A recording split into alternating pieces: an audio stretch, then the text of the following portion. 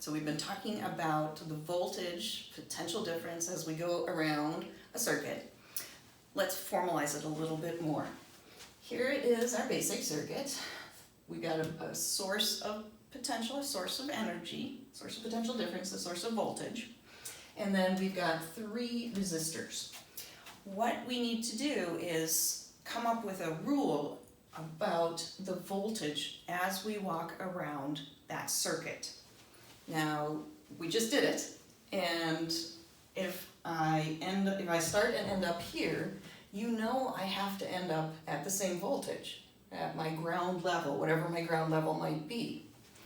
So we can say this right here, let's call that our 0 voltage place, our ground level, okay? So this is ground. And voltages are always across an electrical element. You can't say the voltage at a single place is so many volts. Voltage is always across something. Current is at a single point, but voltage always across an element.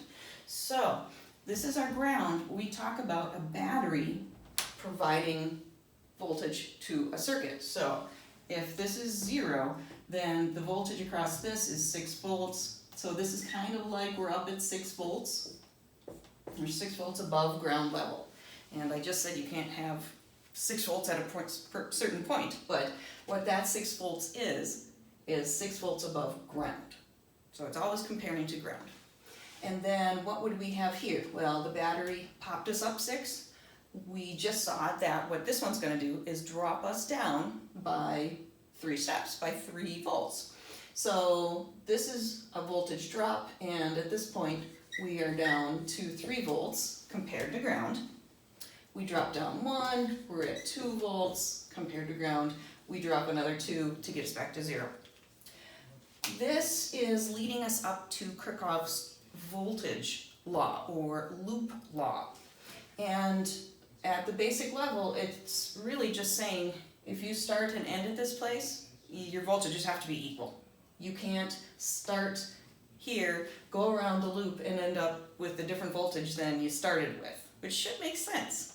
So the way it's written, sum of the voltages around any loop has to add up to 0. So if you walk around an entire loop and add up all the voltages, you better have all the pluses and all the minuses balance each other out so you start and end at the same voltage, whatever ground level is. And ground level, you know, the place that you decide could be ground level could be anywhere. Anywhere in the circuit.